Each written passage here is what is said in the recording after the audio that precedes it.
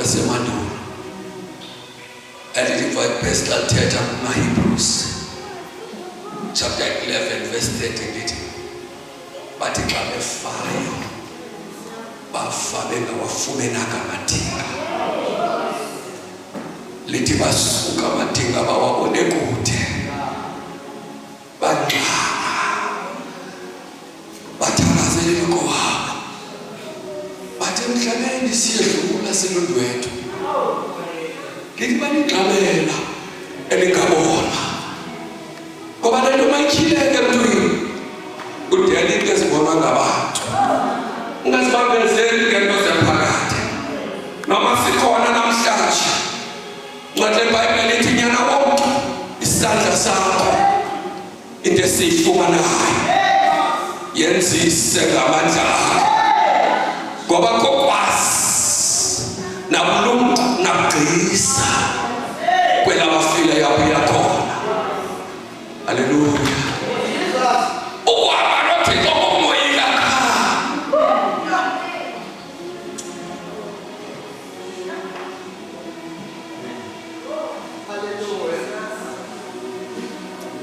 David ecabanga ngayo imini nobusuku. Ndibane xa beshiya imikhombe ngapha bashiya imikhombe bathi ayikho into abayithenjisiwe, kodwa xa beshiya belandela kukho into eyenzeka enhlizweni yabo. Kunento eyenzeka enhlizweni yabo xa babeshiya ngoba ukwazi ushiya nje kungabikho nto ezavela. Njengoba sikhona nje noba ungashiya nje udele konke Nkosi sendela ngenxa yakho ulungisile ngoba bekulixesha. Ngoba noba ungaqayisa ngento zonke uthi ungaba nemali ube nento zonke kodwa ingabikhona nenjabulo. Emveni kwento ongabanazo zonke ingabikhona nenjabulo ngoba noma zingakhona isidingo sakho yitsho ebusuku kodwa zikhona. Noma zikhona nje ubomi bakho busemezerable kakhulu.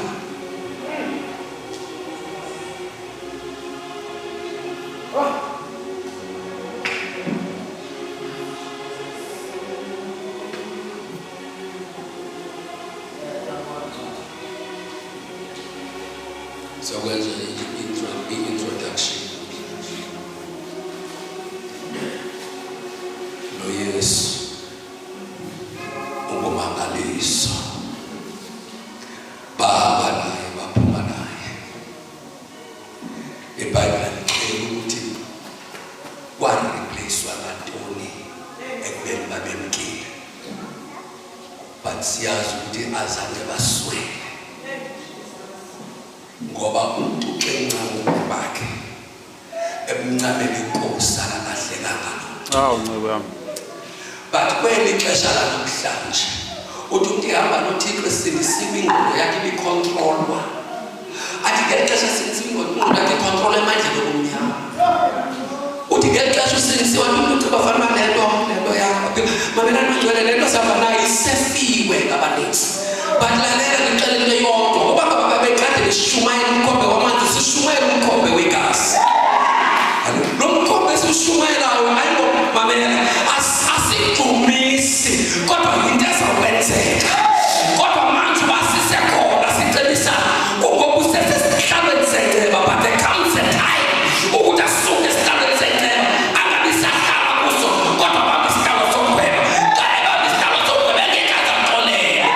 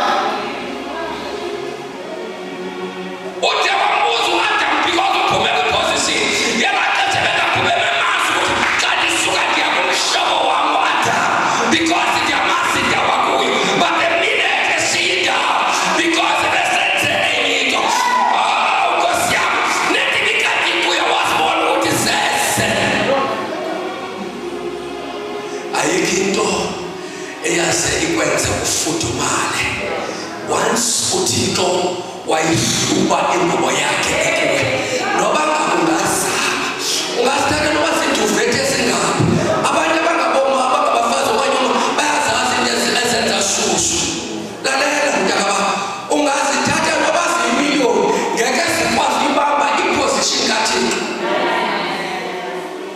uAdam wathi ekhangela wabona wakuhlola amagama waqala jonga omkhiwane amagama walinga amagama angcono kunamagama wonke ayekela khona wabona ukuthi amagama azayithatha iposition yakhe lahlekile abese wafumene wazibhibhisa khona wathi noba ebhibhila kafudumala because ungena ingubo kaThixo yamandla.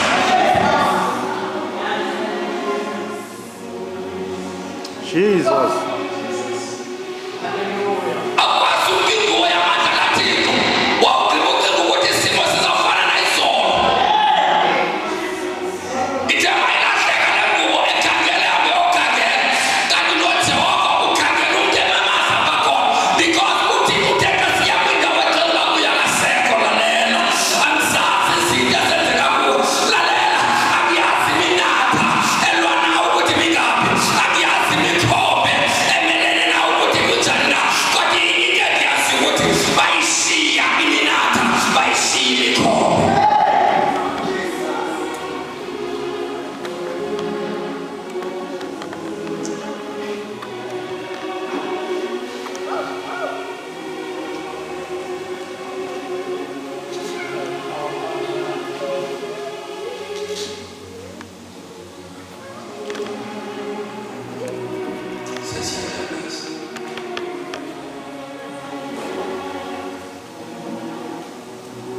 Sikhona izinto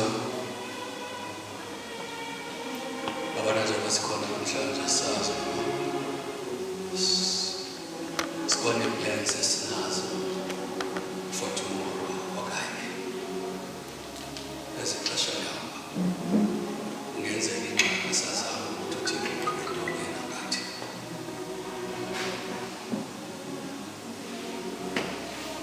uyabazi bani esigqibo sakho esithile Babizo umkhonzile uThixo wangalela bangaphelelisi imali kusemhlabeni malela uzixesha lokuthi usemhlabeni uqona inhliziyo yakho ingasiphume ngaphandle ngoba le nto izawufika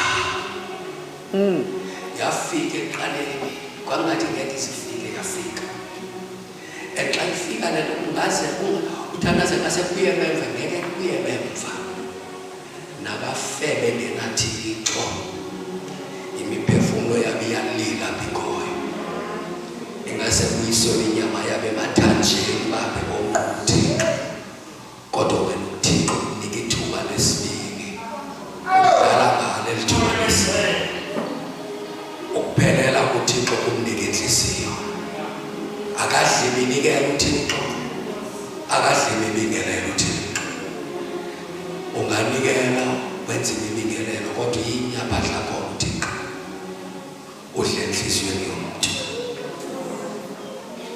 lapho uThixo aphelela khona uphelela kwingaphakathi yomuntu uthi Nkosi nikhona emhlabeni uxolela zonke izono zami izirhexo zami ndinika iposition yokuma lalela awune position yokuma kunandaba ukuthi wehlele izinto ezingakanani na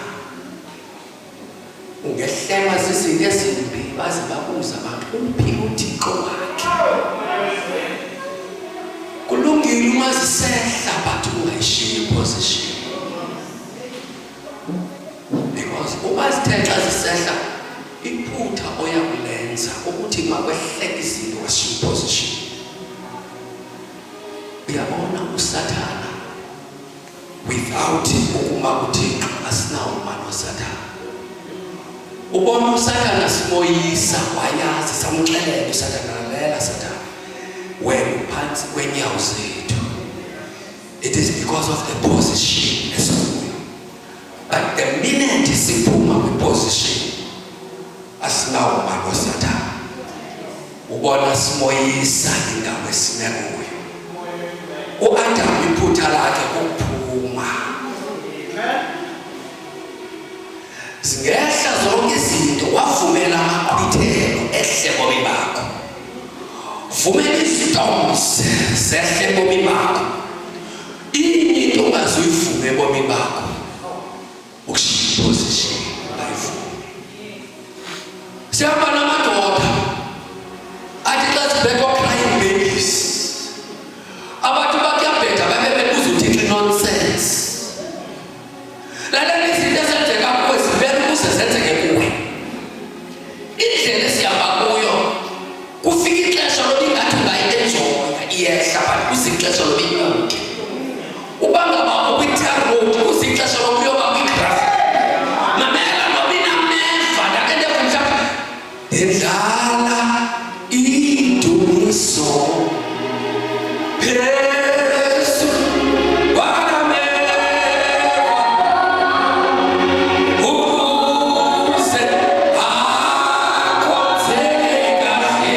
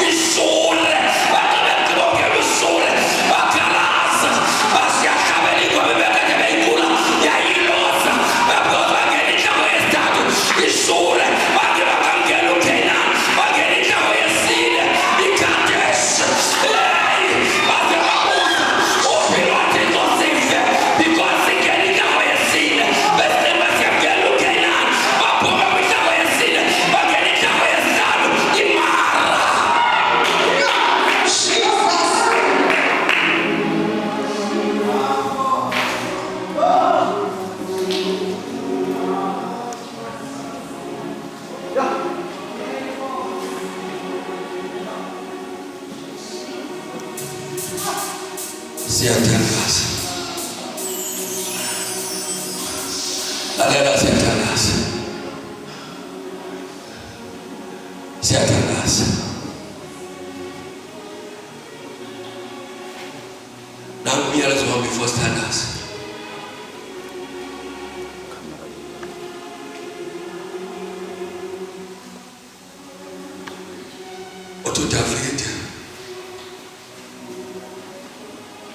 kuJowabi siyathandaza